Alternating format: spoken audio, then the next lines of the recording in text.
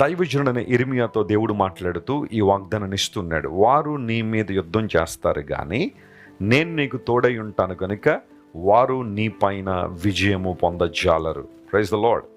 ఒకవేళ ఈరోజు నీ జీవితంలో ఒక యుద్ధ వాతావరణాన్ని అనుభవిస్తున్నావా?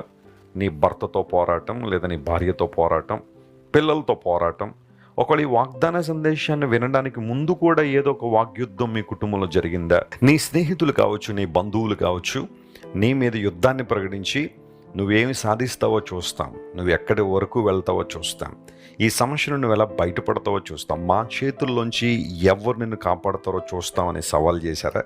అయితే దేవుడు నీతోనే మాట్లాడుతున్నాడు. ఆయన నిన్ను రక్షించడానికి, నిన్ను విడిపించడానికి నీకు తోడై ఉన్నాడు.